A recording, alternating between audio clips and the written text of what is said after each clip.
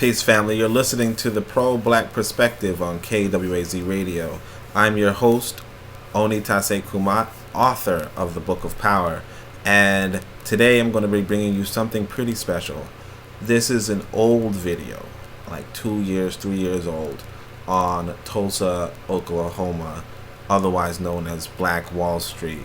And I want to show it to you. You check it out. And, we're going to comment. I'm going to comment throughout. Hopefully you enjoy it as much as I do. And if you like this kind of content, if you want more content like this, just know you can subscribe. Just hit the link below, and that's pretty much it.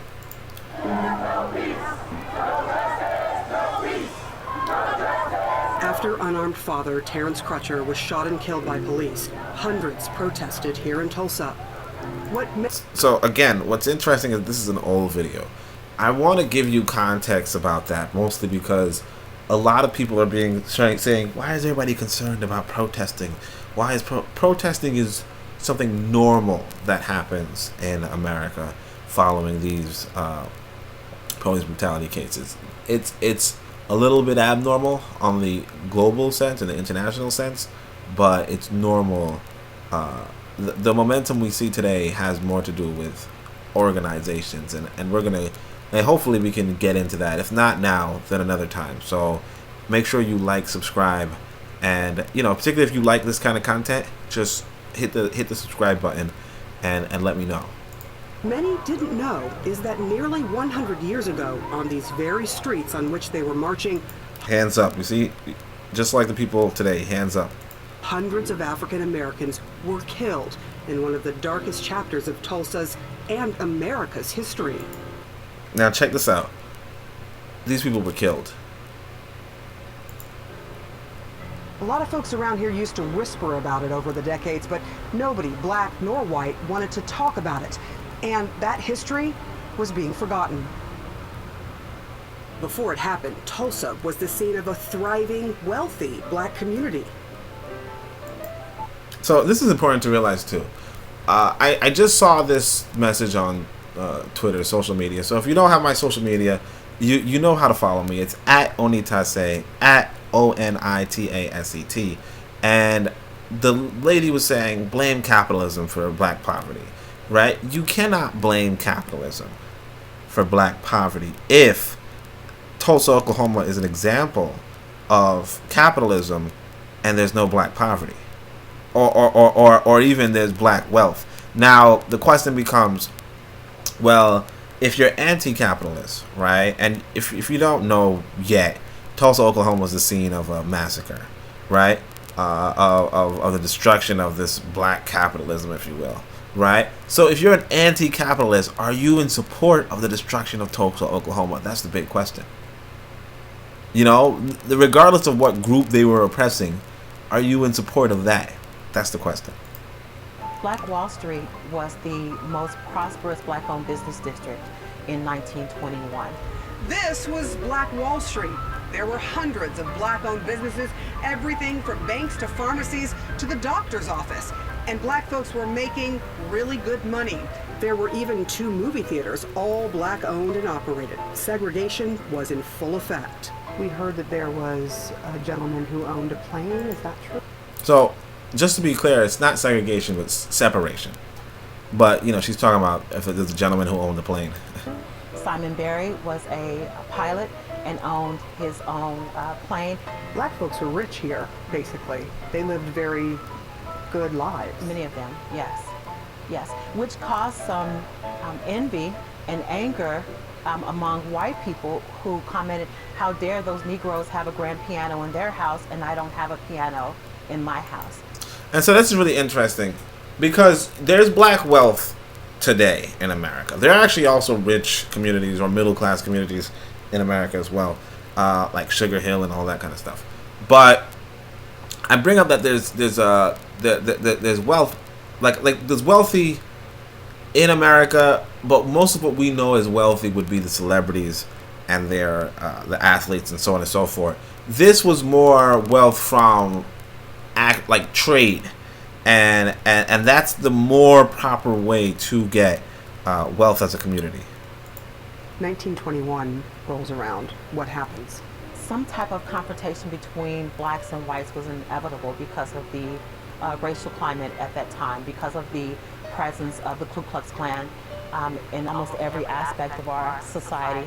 But on this particular date, May 31st, 1921, a young black male named Dick Rowland. Well, first off, you heard about the Ku Klux Klan. That's really interesting because the Ku Klux Klan is an organization. Okay? The Ku Klux Klan is just an organization, but in being an organization, they're able to do better than disorganized people. And by do better, I mean win them in a fight. Who worked as a shoe shine boy in downtown Tulsa, went into the Drexel building where he had been given permission to get water and use the restroom. There was a young white girl named Sarah Page who was an elevator operator. And Dick Rowland every day would go into the elevator with Sarah Page. On this particular day, after the elevator doors closed and Sarah Page and Dick Rowland were alone in the elevator, a few moments later there was a scream, the elevator doors opened, Dick Rowland ran and was later arrested, and Sarah Page initially claimed that she had been assaulted. Brown says... Okay, so the incident here is that this white woman is operating an elevator. Black man decides to, use the bathroom and, all that stuff inside of a building, which, makes a little bit of sense. But of course, it's not worth, the destruction of a whole community. But that's exactly, the end result. Either way, he uses the bathroom. He goes up to the, apparently she accuses him of assault or whatever, and that's the end of it. They arrest him. Now, when I say they arrest him, what does that mean? So, in order for them to arrest him, that tells you where the political power of the community would be. You understand what I'm saying? I can't, let's say if I'm in Brooklyn or whatever, right? I can't arrest other people. You see what I'm saying? Because I'm not the state. The state arrests people. So the question is, if it's Black Wall Street, if it's Tulsa, Oklahoma, if it's a black community, why would white people be the ones arresting black people? That's where the problem already starts. You don't have the political power. And without the political power, you're going to see, you're going to try to, I'm going to show you what political power is. And political power comes from being a majority. This is why I want to stress to people, particularly those in nations where they are minorities, right? Where they are the minority, where they are the lesser population in a sense, by numerically lesser population. When you are the numerically lesser population in a governmental situation, what that means that you will never have power. Okay? And even if you somehow manage to get a little wealth, which is what happens with Tulsa, Oklahoma, it can be taken away very easily. Because if you have to understand what politics is about. Politics is about protecting the wealth of the citizens, if you will, or protecting the wealth of the majority, let's say. Okay? Or not even the majority per se, but protecting basically it's protecting the interest of the state. Okay? And if the interest of the state is not black wealth, then it's not going to be protected. And this is what you see in Black Wall Street. As Page never pressed charges, but so you see, Page never. So the white woman never actually presses charges, basically meaning, it didn't really happen. But the white folks say, let's run with it. Authorities did, and the damage was I'll try to replay that. Later arrested, and Sarah Page initially claimed that she had been assaulted. Brown says Page never pressed charges, but authorities did, and the damage was done. By the end of the day, the rumor mill said Page had been raped. As word spread, angry whites were determined that they were going to take matters into their own hands. A large crowd of white residents gathered at the courthouse. They demanded Dick Rowland be lynched. Okay, so here's what it is, right? This is like a large protest, if you will. White folk are protesting. How can you protect a rapist? right? Now, this is a moral argument, you know, because usually somebody's a rapist, you do not want to protect them, right? In general, and it's kind of wrong to protect a rapist, right? Now, of course, man here is not a rapist, right? But you can stir the emotions of a people by accusing them of it, and this is why there are false accusations of rape. So what you'll have is that you have this large protest outside of the courthouse. Now, if the courthouse is on your side, that large protest doesn't mean anything, you know. Case in point, I mean, I don't have the video. I don't have the video readily available. I could probably look for it, but the case in point would be for the Shavim guy or whatever, the guy who kills George Floyd. When he flees to Florida, right? It's not even to a courthouse. When he flees to Florida, he has police protection, and they show up in like hundreds, armored, you know, suited up, you know, so that whatever protest, like, it doesn't forfeit any individual. That's the state. The state itself is defending the criminal, even though the criminal's like on camera doing what they're doing, right? The state is defending this person. There's no such case for black folk because, again, political power is actually the supreme power. You know, when you see people saying Africa, the problems that we read the politics, we have the economics. No, what you're seeing is people who pretty much need the leadership to, like, their leadership needs to reassess how they will economically, like, take advantage of the situation that they have. You know, that's what you're seeing. You're not seeing how economics is primary to politics. Politics is primary. You know, because again, anybody can just accuse you of something, and then the state will not protect you, and you will be lynched. You understand? Because the state's not going to defend you, because it's not your state, and it's not gonna turn against these people for you if these are their citizens and you're just a former slave, or you're just a minority. They are the majority. They can vote this person out. You can't even vote. They're not going to protect you. You understand? But let's continue. How did the black community respond to that demand to lynch? So how did the black community respond? This is an important question.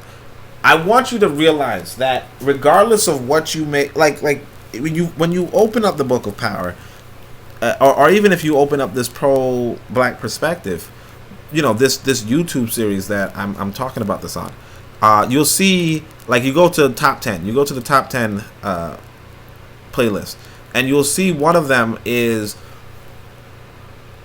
how to turn $5,000 into, you know, whatever, right? Or how to make $5,000 a month, something like that, right?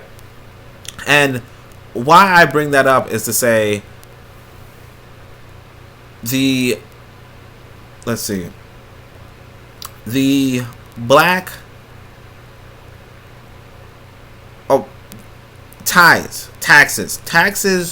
When you tax a population, you become that much richer than them. You know, what the political entity does is it taxes people, so it will have much more resources than the people being taxed. It will have much more resources than the organizations being taxed, unless the organization were huge and competitive in numbers, right? And comparative in population and its taxing this taxing formulation. The reality is that the state will have more resources. Now, of course, the state also has more responsibility, so it's not necessarily going to be a even draw, if you will. But the point most being is that even if you are trying to mobilize, the state can out-mobilize you because it's taxing you and using your resources against you. So that's a really important, really critical thing to understand. This young man, They were willing to risk their lives. They knew that they would be risking their lives to help defend Dick Rowland. And thousands of whites gathered in front of the courthouse. A white man approached a black man with a gun. He said, "What are you going to do with that gun?" He said, "I'm going to use it if I have to." So the white guy just approaches the black guy. "What you going to do with that gun?" "I'll use it if I have to." Two men argued. There was a struggle over the gun. It fired. the white resident was shot. All hell broke loose. So, you get it, right? You're in a situation, right? Black folks say, let's mobilize. Okay? Now, they're outnumbered. They're outgunned. They say, let's mobilize. We're not going to have this man lynched. We're going to protect this guy. Right? A white boy's like, what do you think you're doing? You can't do that. Give me your gun. And, of course, a black man's not going to hand his gun over. And, you know, let's say, you know, air quotes, accidentally shoots the guy.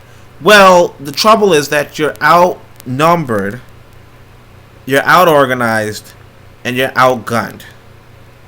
You know? So, yeah, good thing. You shot this dude. But, you know, you already done messed up by being a minority with less technology. You already messed up.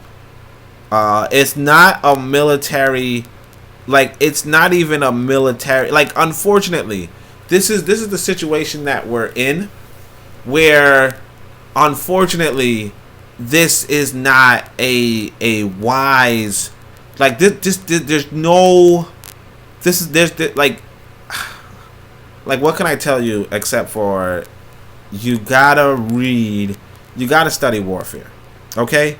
You gotta study warfare. This is a horrible position to be in, and you're gonna see why.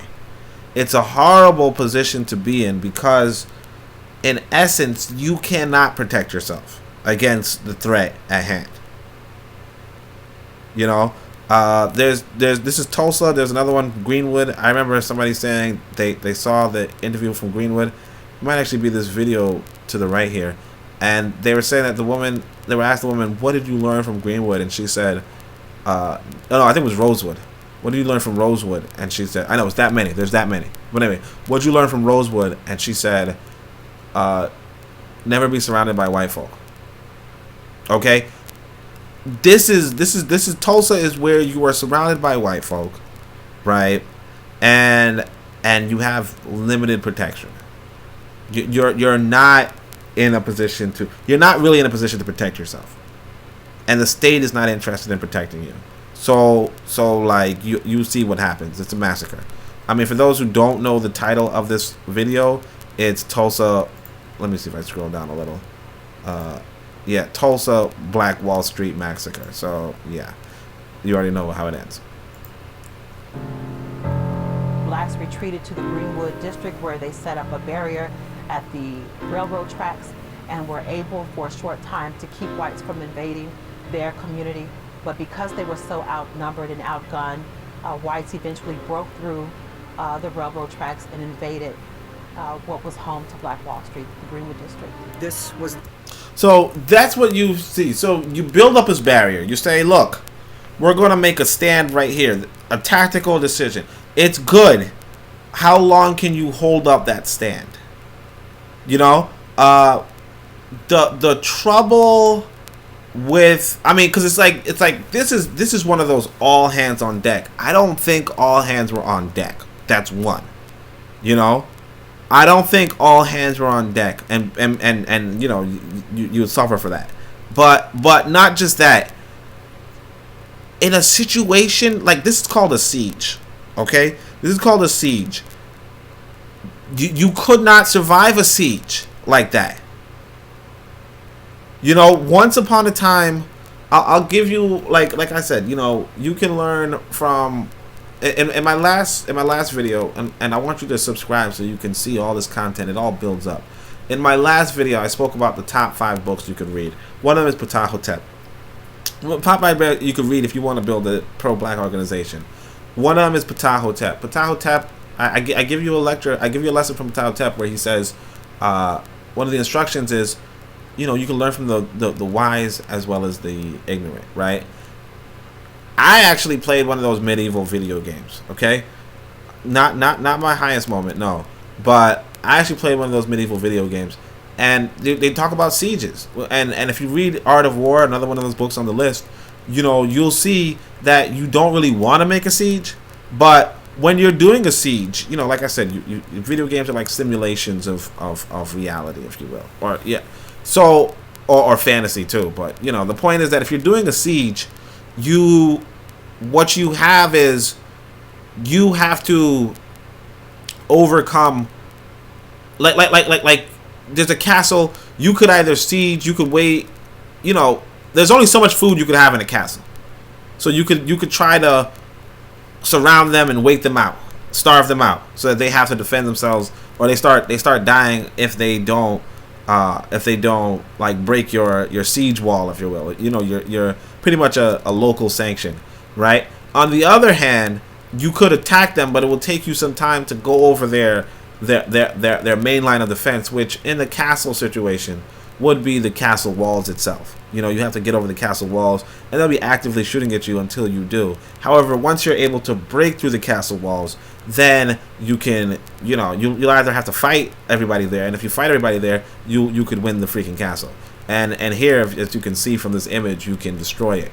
The point being, though, that their barrier wasn't even that. It wasn't a wall. It wasn't a physical feat you could scale and all that. It was a railroad track, right?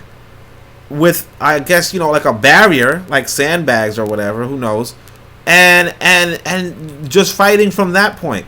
That is not, like, that is effective for, like they said, like the lady said, for a few hours. If, you know, a few hours tops.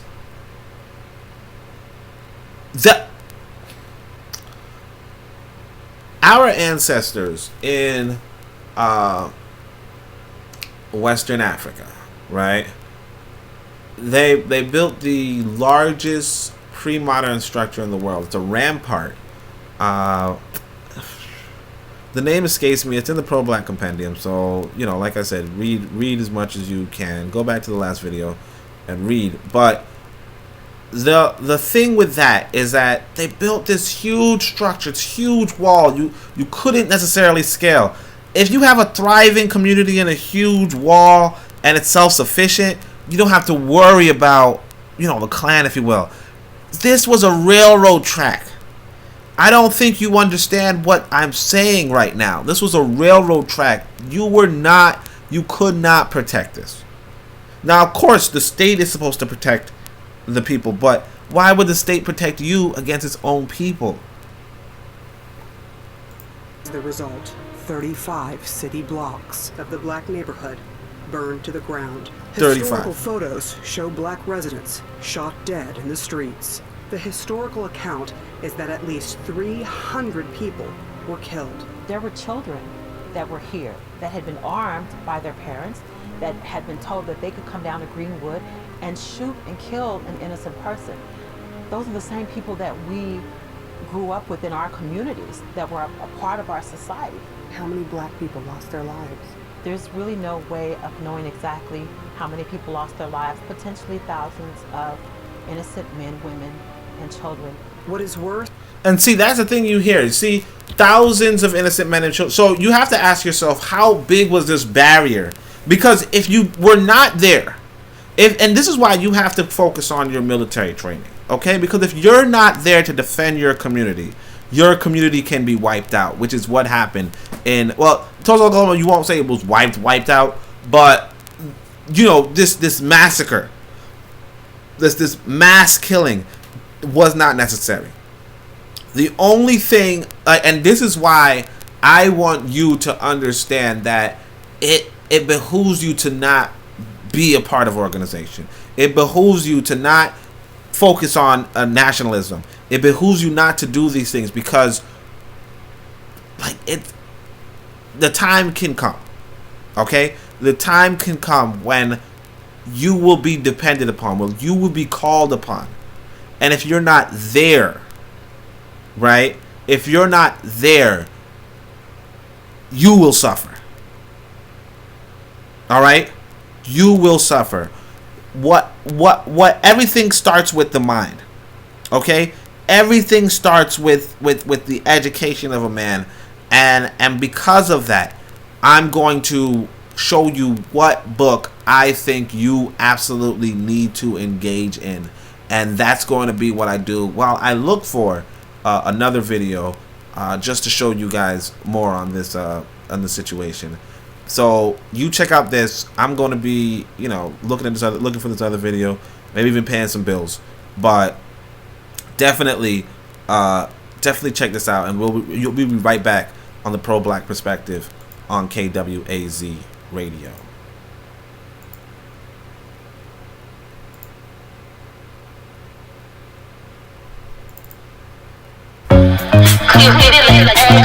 Okay, so I know books, alright? So let me tell you about a book.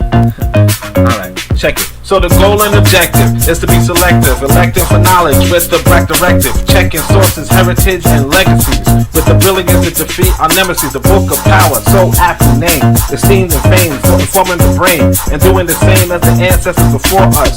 Sankofa, that's the life chorus. Wisdom is the key against dangers. Either teams and leaders will lead the changes. We are due in Africa with no strangers. Do you hear us? Okay, hold on. We can't continue to be the second fiddle. African power is the end of this riddle. Let's build a nation the likes we've never existed. The motto heretofore, we persisted. Better, we resisted. Best, we building. We'll raise the roof and break through the ceiling, peeling away the chains we were given to stop just surviving, start thriving and living. Africa's about to host superpowers. China and US back up in time hours. No one can be free without freeing themselves, but freedom is shown and owned on bookshelves. The book of power, a key for liberation. There's no domination where there's education, because ignorance is man's main weakness. All of exploited if we don't teach this. Then the pages of sages, King and Quick, Akampong, Delaney, Dessalines, Nyere, Garvey, and Zinga, and Cooks. 500 pages surpassing most books. The task is told to bring up a continent. You will hold the tone for the confident. Have some pride and push forward your chest. Your leaders are reading one of the best. The book has science, covers violence, self-reliance, and does away with silence. The time has come for the work to get done and build up a land of a second to none. We'll organize, technologize, strategize a new Africa before our eyes, and blackness will be the complexion we see anytime we envision what it means to be free. So come join minds, read what is written. Here be solutions, no longer hidden. Nothing works in theory, all that works, works and works. So it's time to put ourselves first. Change the leaders and lead the changes. Tell your friends, family, and neighbors. Change the leaders and lead the changes. Tell your friends, family, and neighbors. Change the leaders and lead the changes. Tell your friends, family, and neighbors. Change the leaders and lead the changes.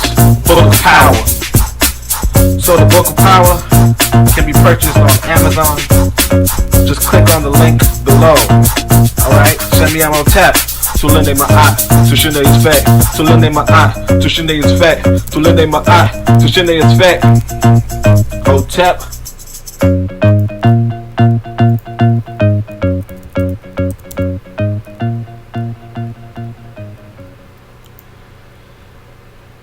Alright, family.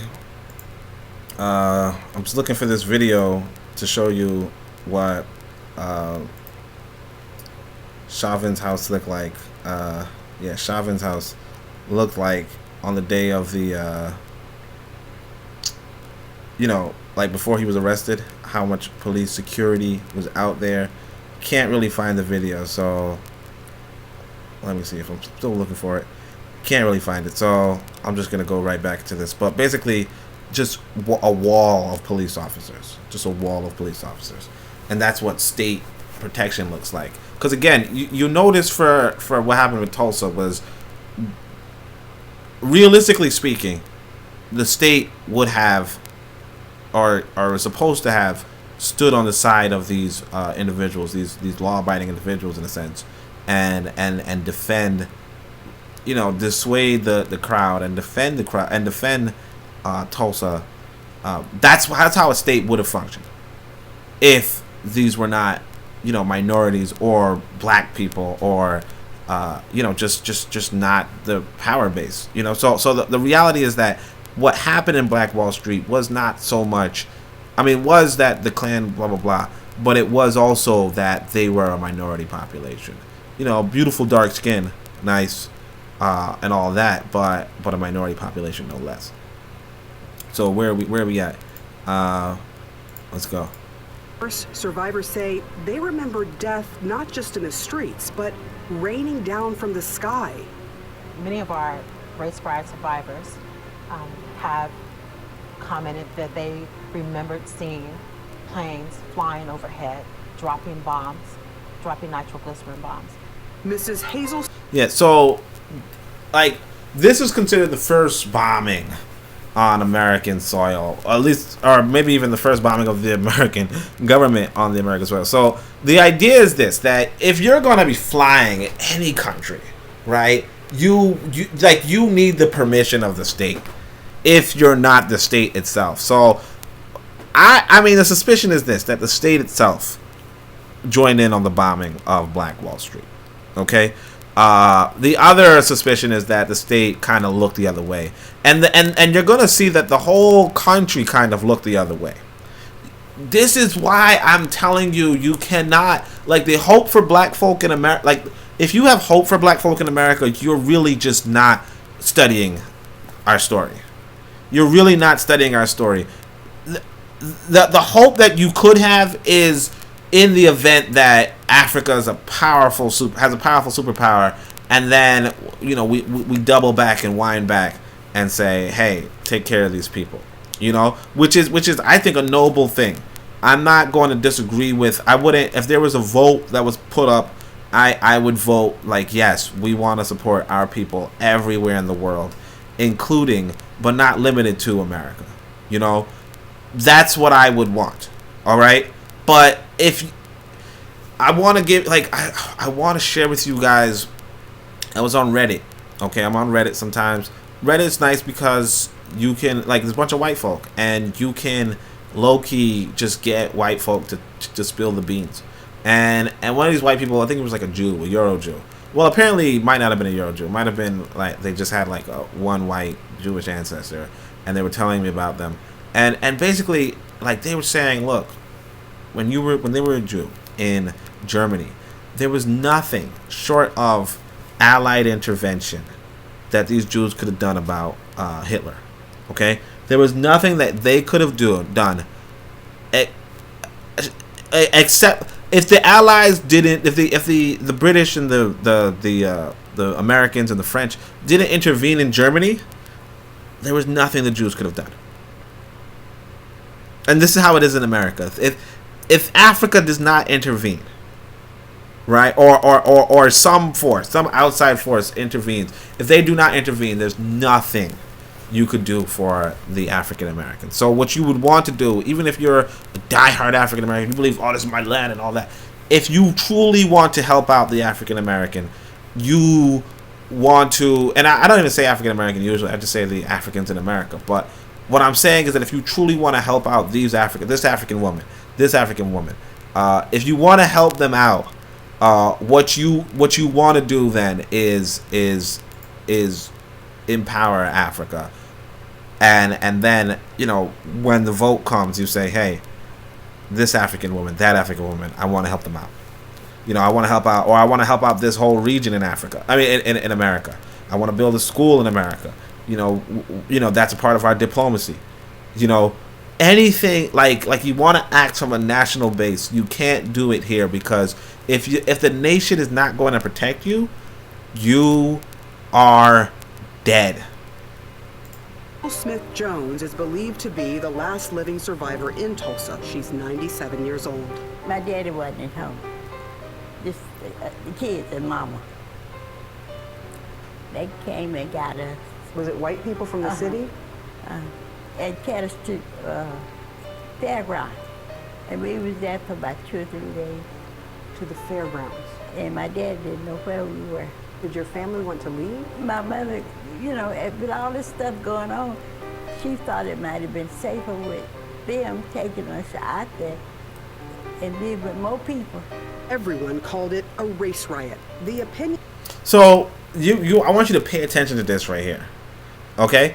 Now, I want you to pay attention to this. So basically, you heard what she said. She said, my mama thought I would have been safer if they took me, you know, to like come on, you know, like I mean, how, like, after you were opened up, like, you could have been destroyed and killed so easily. You know, a lot of people say, hey, black folk, we've survived because of you know, we're so strong and all that stuff. I mean, you know, like this is what it looks like. This is what the quote unquote survival looks like. It's kind of, oh yeah, we didn't kill you. You understand? Oh yeah, we didn't kill you. this is what's important too. This is a really important, I want to say plaque, really important. So, you know, I want you to listen to this, and I'll explain it later, but I want you to listen to this. Opinion piece in the newspaper condoned it, calling Greenwood Niggertown. Do you consider it a riot? No, ma'am. It was really murder. It was a massacre. My grandmother was awakened at night and just told to run. Just get up and run. And they ran. She was only 9. They ran for days. She got mixed up from her family and lost in a chicken coop. Calling it a riot was convenient for a city run by whites. There's no statute of limitations for murder. See, it's a city run by whites. Pay attention. It's a city run by whites. If the city is against you, then this can happen. Murder, but there is for a riot for the black victims. So let me play that again for you. For murder, convenient for a city run by whites. There's no statute of limitations for murder, but there is for a riot for the black victims. It was devastating. They never received any type of justice for losing their loved ones, for losing their homes and the businesses that they worked so hard for, that they built from the ground up. Every insurance claim from the Greenwood neighborhood was denied. The claims totaled about $2.7 million. Okay, so that was the important thing. Every claim for the insurance was denied. See, today, you know, we're like, all right, recent time for me. So I'm recording this during a period in time where George Floyd is like the talk of the town. Like not George Floyd, but the protests surrounding George Floyd's like execution in broad daylight is the talk of the town. One of the things that happens is that there's looting and rioting. What some black people will say is, hey, even if we loot and riot, the reality is that insurance would cover all of that, right? So why are white people even fretting? Because insurance will cover that. The insurance was not covered for these black folk. The insurance, whether insurance covers something or not, is more of a political decision. You see what I'm saying? This is why political power is paramount. Okay? This is why I tell you that you want to form a strong nation, because essentially if you're in a nation where your insurance claims won't even be respected, that is partly why you will not be able to build the wealth. See, because if the city said, you know what, you have to respect these insurance claims, and even the city would probably have to chip in, right? Then Black Wall Street would get right back on its feet next day. You know, all right, maybe not next day, but, you know, next day. And, of course, they do kind of, you know, get back on their feet without it. But not the same, obviously. And you know, it's still not, you know, how it should be. So, the insurance, I mean, and obviously you would have done better. It would have been better with insurance. With the insurance claim. But without the insurance claim, what that means is that anybody can come in, destroy a community. And it's like, who cares? What are you going to do about it? You don't have any political power. Black Wall Street did recover, but never to its former glory. Do you think life is better for black folks in America now? Yeah. Some places, yes, some places, some places not. If there was any clearer sign that change in race relations has happened to this community, this was it. During a march for a black father slain by a police officer, half of those marching were black and the other half white, all marching in unison, saying Black Lives Matter. But again, you see the parallel in so much as today's climate. A lot of people will tell you, oh well, you know, white people orchestrated, you know, the government, the elite, they orchestrated this. How? This is something that's always been going on. You just were never paying attention. there are stark reminders of the racism that continues to thrive in some people's hearts. So the marching and the worrying continues.